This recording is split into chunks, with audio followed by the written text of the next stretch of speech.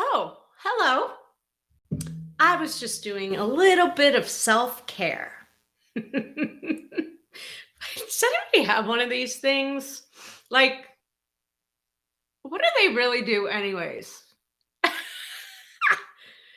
thought, well, I bought it like years ago or I got it for free or something, and I haven't used it in years. So I thought I'll just put it on my desk and just roll my face out every once in a while. It does feel good, but does anybody have one of these? What do you do with it, Gina? And aren't you in a meeting? Anyways. Oh, Black adoption matters. Did you use it before your toddler dropped and broke it? I mean, it's really pretty. Oh, blood circulation. All right. Well, this is all part of my theme of self care. We all need it, especially if you work in, oh, you used it, in this crazy industry of adoption, or if you are on your adoption journey. Frankly, everybody needs self care. Everybody has a lot going on, and we have to remember to take care of ourselves and to not take on too much and just to remember what's important. I started getting massages every month because my body really needed it. Today was massage day, which is why my hair is like a grease pit right now. But that's okay. So yeah, just think of ways that you can take care of yourself, especially if you're on this journey of adopting. What are some ways? I'm throwing it out there. What are some ways that you practice self-care? What are some ways you practice self-care? Please tell me in the comments. I want to know. I also recently picked up a 5-minute journal, and I don't have it right near me. It's by my bed, but basically it's what I'm grateful for. If today was a great day, what would that look like? And Gina, I wrote down that if you and Kurt got a stork drop. And just kind of then reflecting, what did you learn today? So I've been trying to do that more, my morning stretches. And yeah, I think it's really important. I've been following lately Marie Forleo. Does anybody else follow that brilliant woman? She wrote Everything is Figure Outable. I took B School from her. She is an amazing woman. And I listened to a video that she made recently. She's promoting a new program of hers on time. But she said she took on a new mantra. And I am now taking it on as my own. And her mantra is, I don't do overwhelm. I don't do overwhelm. I don't do it. And she was talking about how science shows that when we use the words, I'm stepping on something. When we use the words I don't instead of I can't, it does something to our brain. Like I can't makes us feel a little bit of, like it makes you feel something different. It almost makes you feel a little rebellious. Like I can't, but I want it.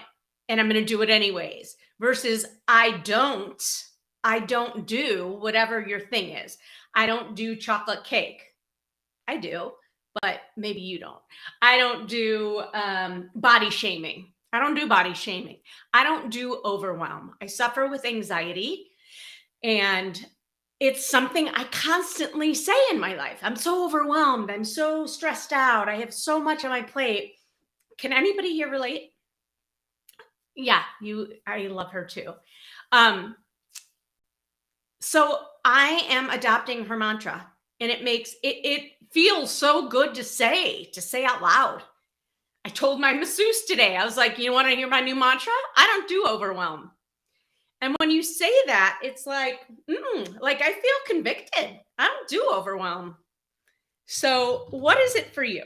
What is it for you? And Gina thinks bubble baths, face masks, Soothing candles, love that. Gratitude journal, love that. I can't get into baths. Um, I do face masks sometimes. Oh, Black Adoption Matters. She's on that mask train with you. Awesome. Content. You don't do content? Is that what you're trying to say? Or you're doing content for self-care? K Mensky 5. So what don't you do? I don't do, and just say it for a month. I don't do overwhelm. I don't do whatever you want out of your life. Joanna says she goes running. I like to sweat it out at the end of the day. That's awesome. I do Pilates. That's been my thing. I like to work out while laying on my back. No, Pilates is a lot more than that, but I wish could get back into running. I meant I don't do overwhelm because, oh, you are content. Yes. Cool. I love it. All right. So once again, I didn't meet with my team today. And when I meet with my team is usually where I get a lot of what I'm going to talk about. Gina said, I don't do negative. I love that. I don't do negative.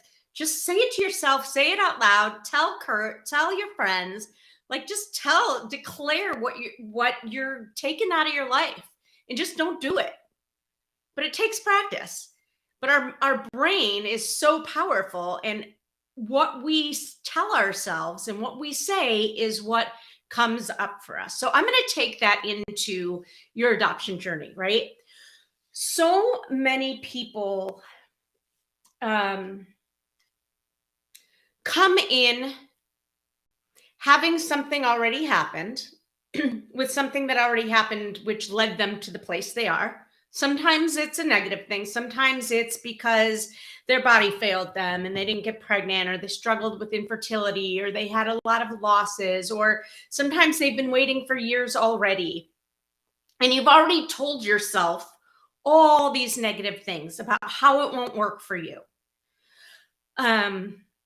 So that's one scenario. Another scenario I see a lot is the person who just wants to be in control of the entire adoption process, right? Somebody who wants to be in control of everything.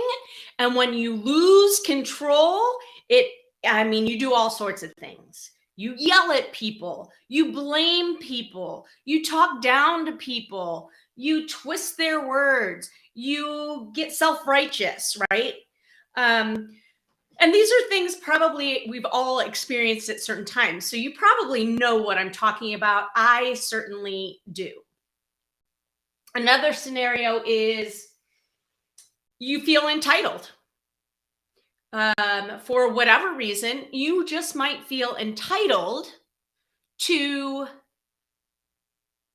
do things, as to have people hand things to you, to get away, to get around the hard work that it takes to go through this adoption journey, right? So you might feel entitled. And a lot of us come in with a lot of fear and stress, right?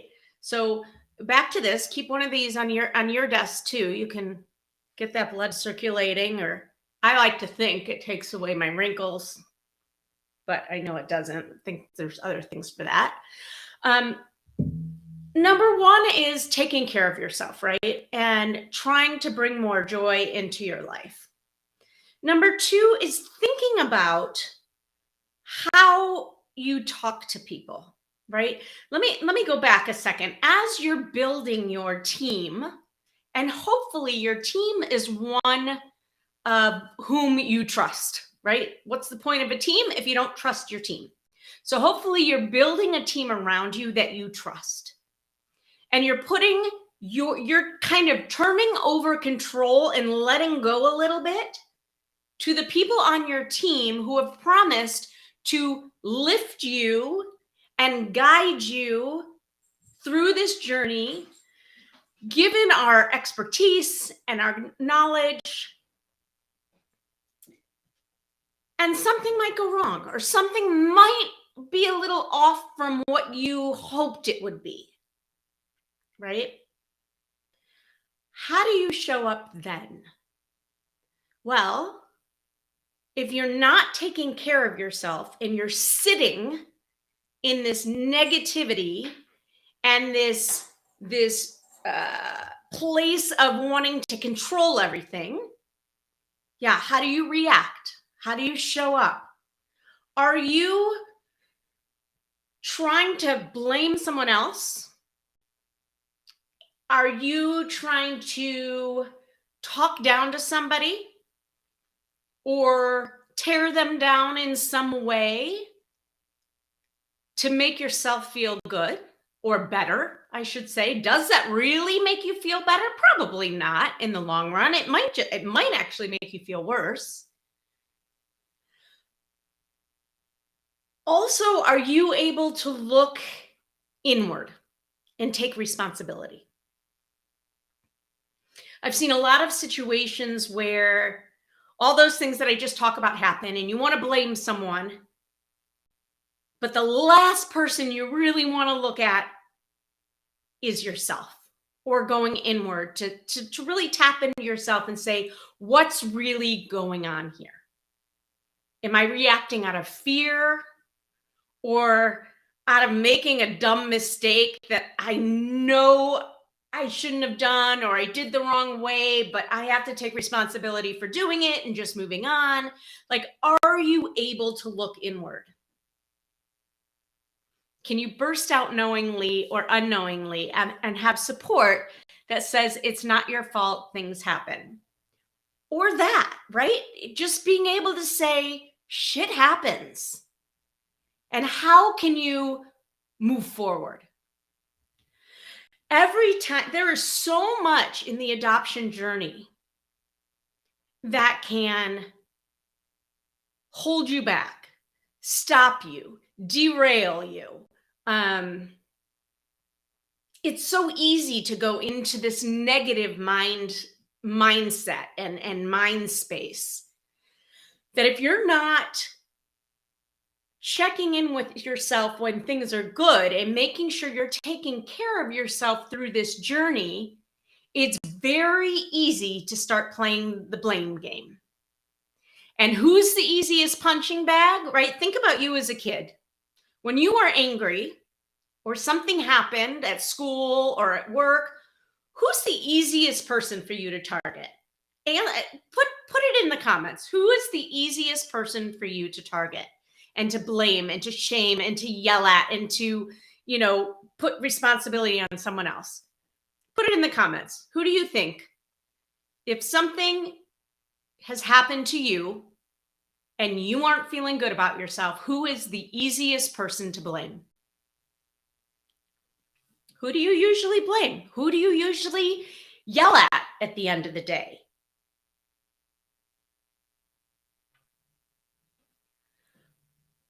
Any guesses?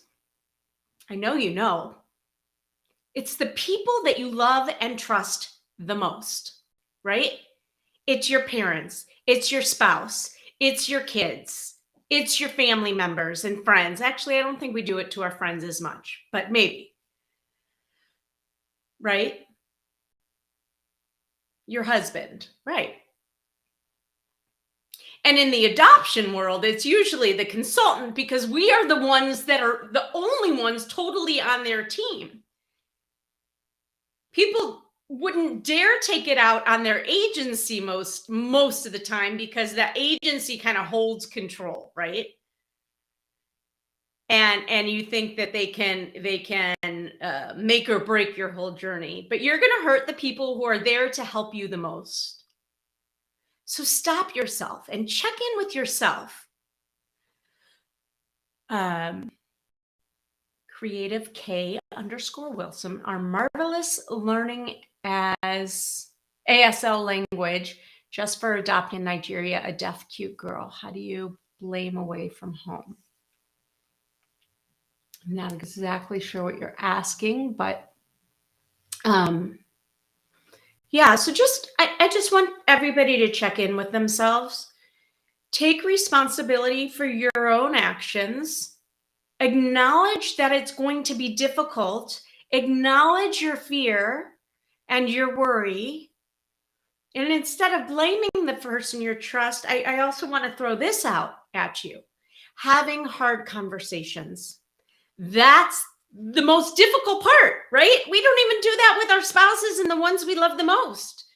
Instead of really talking it out and facing it and being uncomfortable and being vulnerable, we yell and scream and blame and shame because it's easier. But in order to move forward, having tough conversations and getting vulnerable, admitting to whatever you're feeling is going to help propel you forward. And typically, you can come up with a solution or you can better understand a situation. I bring this up. One, it was on my mind because I just had a really tough conversation. And I got to say, stay away from emailing when you're in that space. Don't do it. Don't do it. You can email and say, I'm upset about something. Can we hop on a call? Don't start doing it over email. It loses context. It loses tone. You don't see people's intent. You don't hear their voice.